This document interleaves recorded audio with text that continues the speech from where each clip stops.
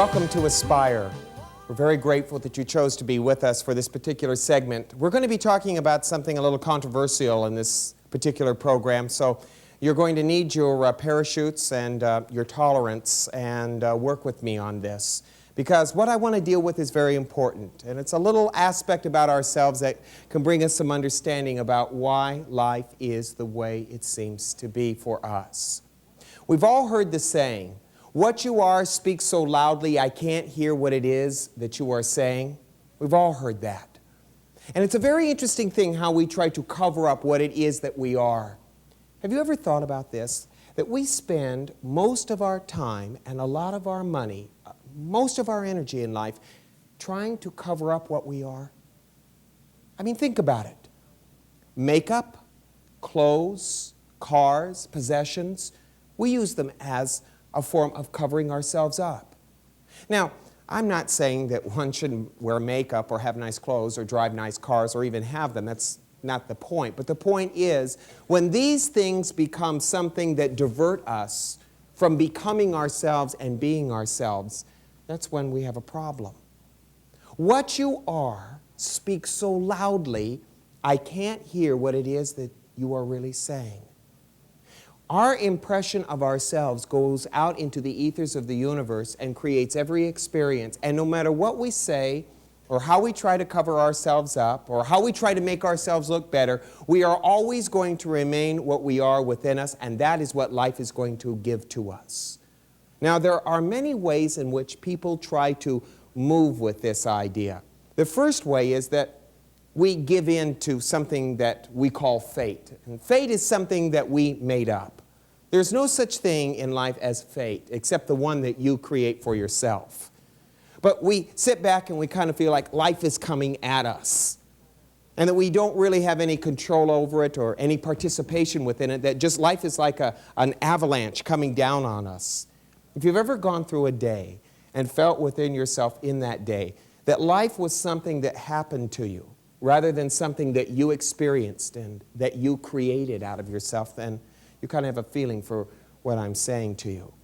The other way we try to countermand this thing about us being what we are and life responding to it is we say to ourselves, I'm going to make a life for myself. I'm going to be a positive thinker, and I'm not going to let things affect me. I'm going to have all the money I can, and I'm going to try to have all the people around me that I can gather around me to love me, and I'm going to try to make this life for myself in the image of what I want it to be, so I don't have to look at myself too much.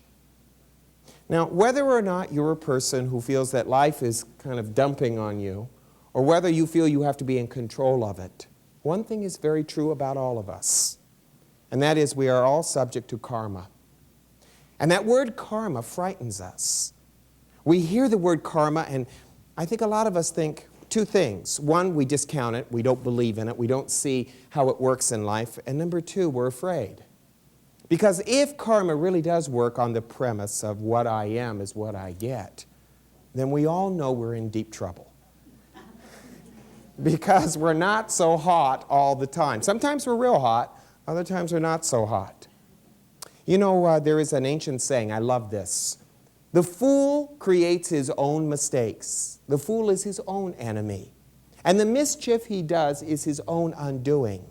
How bitterly he suffers for his mischief. I like that. I like the word mischief because we're always up to it. You know, instead of looking at the things that we do wrong, instead of looking at it as, you're a bad person for doing that, and this heavy judgment, if we looked at it like a form of mischief, that we are our own enemy and our mischief is our own undoing, we wouldn't feel so bad, would we? When a child gets into trouble, we go, are you into mischief again? And it's kind of a not too serious a thing. That would help us. In relationship to karma, it would help us greatly. Jesus taught karma. In fact, all great masters taught karma. Many people don't understand that. He taught it in very subtle ways, behind the scenes. He would say such things to us as, with what measure you meet, life will be measured unto you again. With what judgment you judge, that's how you will be judged. He was always giving this subtle little feeling. Life can be no more than what you are. I want to give you a definition of karma. And I don't want it to be a scary thing, because karma is not a frightening thing. It really is a very loving thing.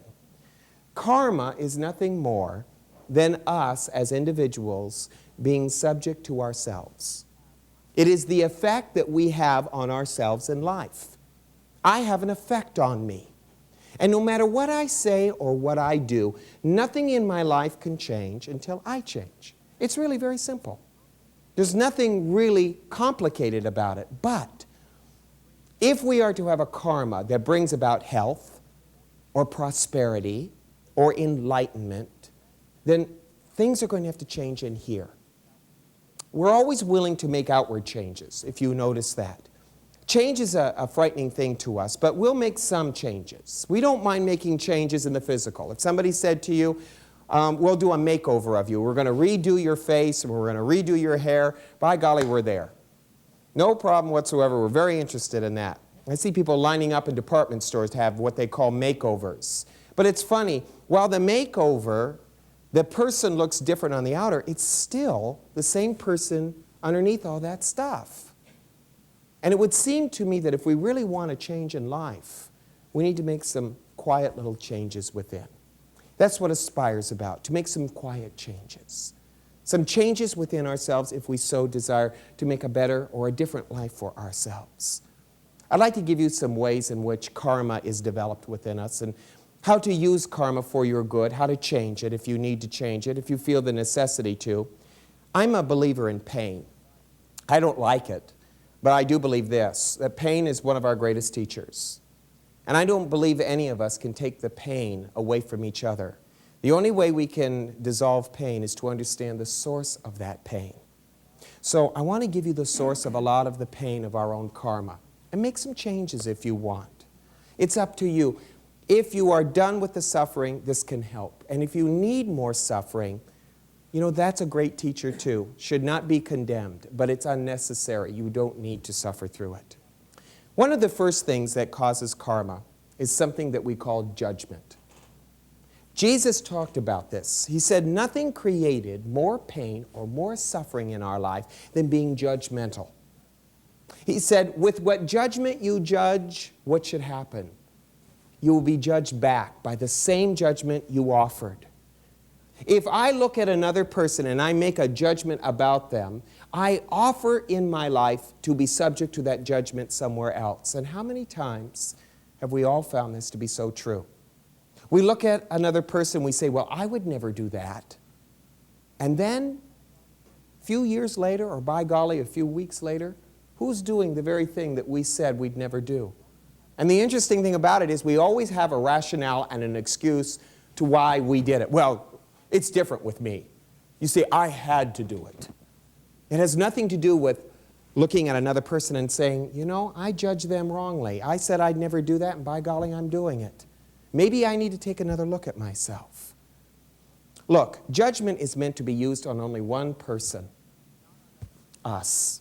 Not on other people, on us. And we must remember that. Use your judgment, but use it lovingly. Look at yourself. What needs to be changed? What is it about you that is causing the pain or the suffering that you might be going through? Work with the judgment of yourself. You know, the Master said something very interesting about this, and I find it very curious.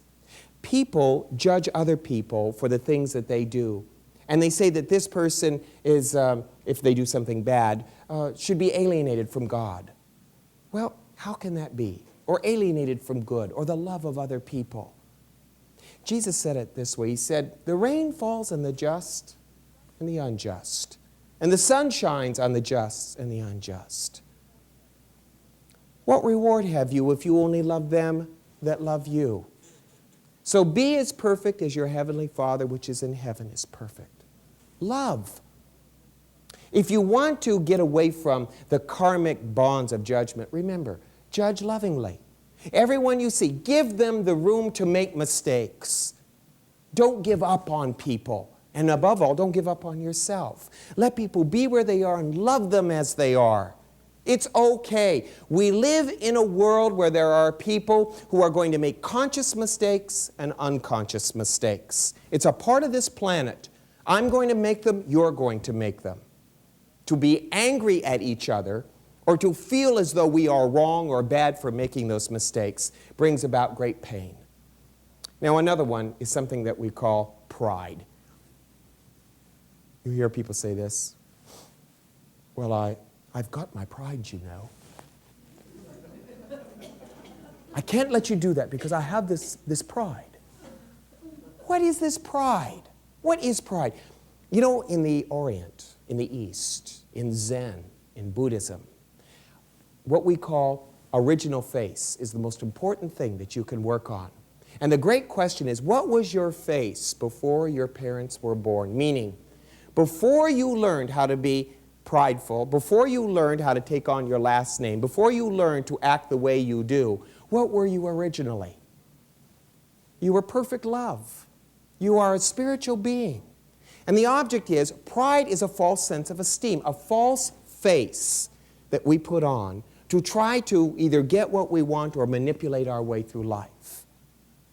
Drop your pride. Pride is useless, will not generate any kind of love. Pride alienates us. Have you ever noticed that while you're being very haughty and prideful about yourself, how you are alienating yourself sometimes from the people you love? I've done it. I've thought to myself, I can't let people walk all over me like that, and yet they're really not walking unless I lay there and let them walk all over me. Mine is not to be prideful, but to be understanding. The way we heal the pride is through something called humility. Again, Jesus tried to teach us humility. Blessed are the merciful, for they shall obtain mercy. Merciful attitudes are humble. Blessed are the meek. Meek attitudes, teachable, workable, playful. We're not playful enough. I personally think, and this is a Greg Penn human opinion, but I personally think we all take ourselves too seriously. Whenever somebody hurts my feelings, it's only because I have taken myself too seriously. I think I'm too important.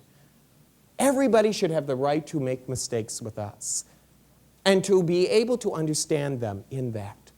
Karma, when we work with the idea of love and compassion, reverses everything in our life, bringing us a deeper sense of significance. Just think what it would be like to be compassionate and loving in the face of the opportunity to be haughty and arrogant. Another quick one is fear.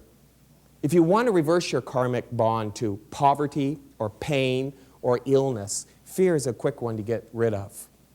Fear is nothing more than ignorance. When I don't feel comfortable with myself, fear creates karma. And it creates a negative one. In fact, funny thing about fear as a quality, it creates illusions that aren't there.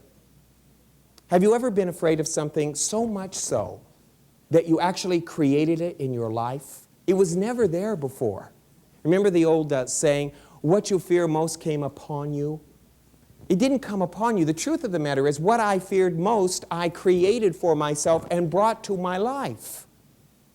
Cut fear with love. Be non-resistant. You know, I have a lot of fears too, just like anybody else. But the thing we've got to look at inside of ourselves, and something that I found that helped me, was if I will only understand what it is I'm afraid of, instead of just reacting to the fear, to stop and say, and be quiet enough in my meditation to be still. What am I afraid of? Why do I feel this sense of fear? If I will understand the nature of my fear, you will see within yourself, as I'm beginning to see in myself, that they're just illusions. Things that my mind has created that aren't going to happen. We spend a great deal of our life reacting instead of responding. This is a playful experience in life. This should be a loving experience. We should not be reacting to hatred, not reacting to fear, not reacting to our ego, but responding to love within us. Spend the rest of your day. You have this whole day to yourself. Spend it loving. Have great respect for your life because karma works with your life. No one will ever have a greater effect on your living than you. You are the one that is in charge. You are the one that is the master of your life. If you have great respect for your life and great love for yourself, you will only treat yourself as lovingly and as compassionately, as forgivingly, as wisely as you possibly can.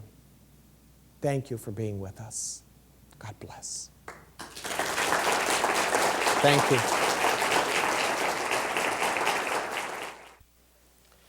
Welcome to this segment of Aspire. One of the most beautiful moments that I've had in my life in a long time was spent with the man that sits to my left, Brian Jameson, a past life regressionist. And we're going to be talking about one of the most controversial subjects around reincarnation, past life regression, karma, and we're going to be looking into the depth of it and how it relates to us. So open up your minds, open up your hearts, and let's broaden the scales a little bit here. Brian, I want to thank you, first of all, for doing my regression. It meant a lot to me, as I think you know. What is reincarnation? How would you define it? I know a lot of people here believe in it, a lot of people don't, but I have a feeling that a lot of people don't want to admit that they remember they've lived before.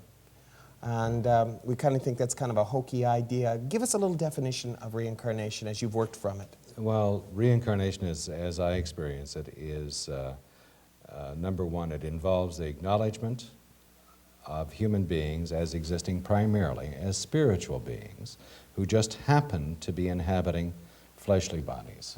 And so the process or phenomenon of reincarnation is the spirit entering a body, having certain experiences, and then disincarnating, leaving that body, going back to a heavenly state of consciousness, if you will.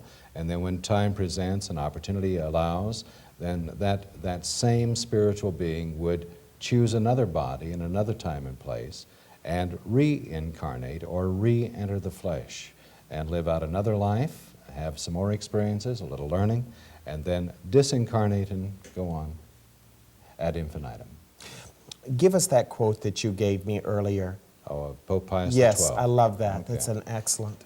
Pope Pius XII defined a human being as being a psychosomatic unit controlled and directed by the dictates of the soul. I think that's a rather significant quote because it puts the soul, the reincarnating self, in a position of choosing what we will experience this time through.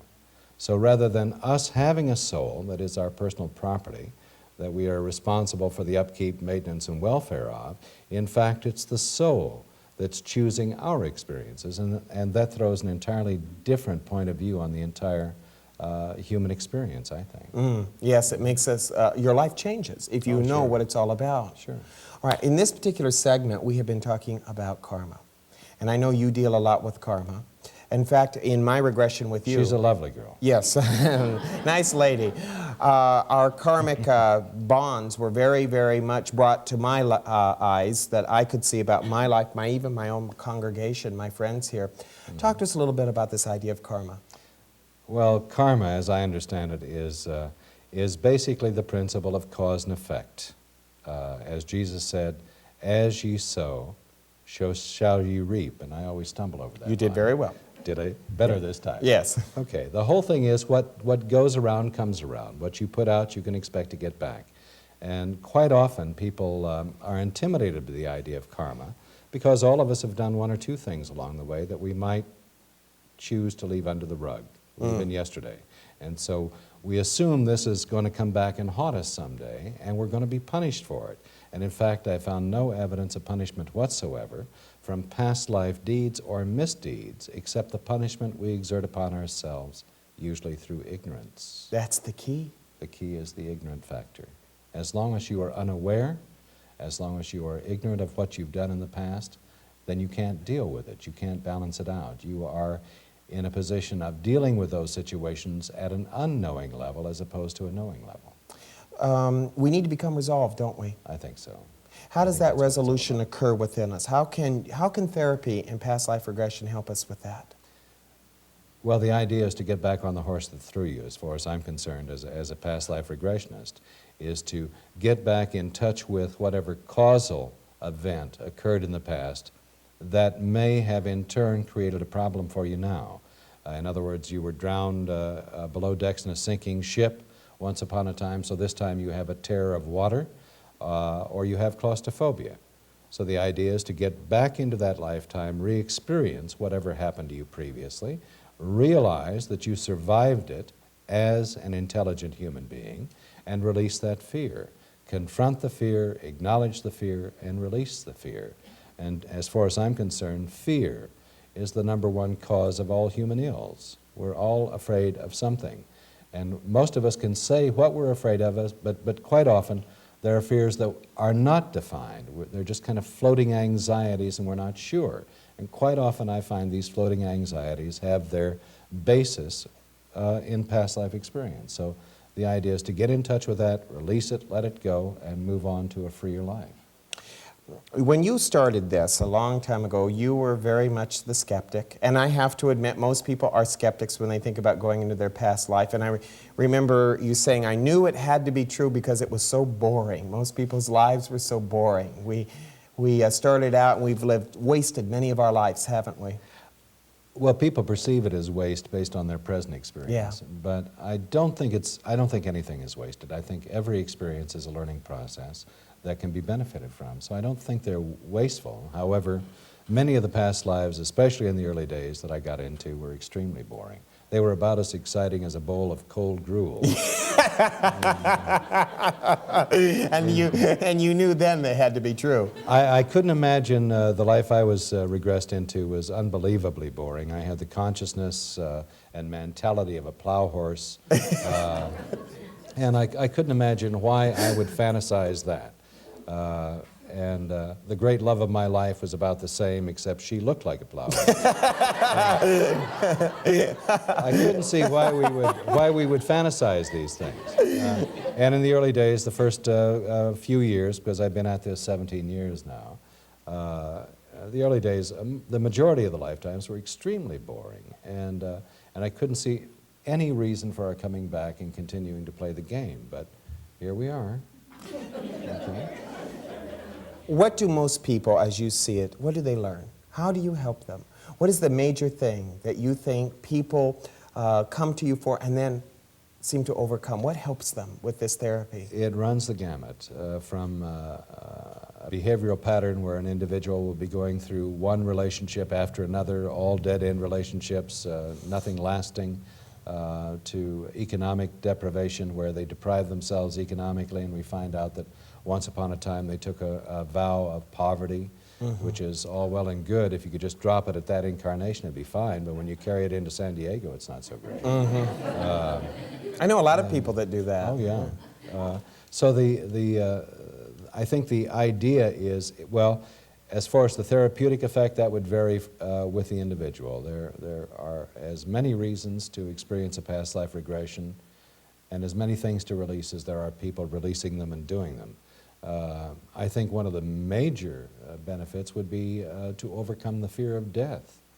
Because once we really know, not believe, but know, that we have survived incarnation after incarnation after incarnation, and we're still around to talk about it, that's got to give you a different outlook on life.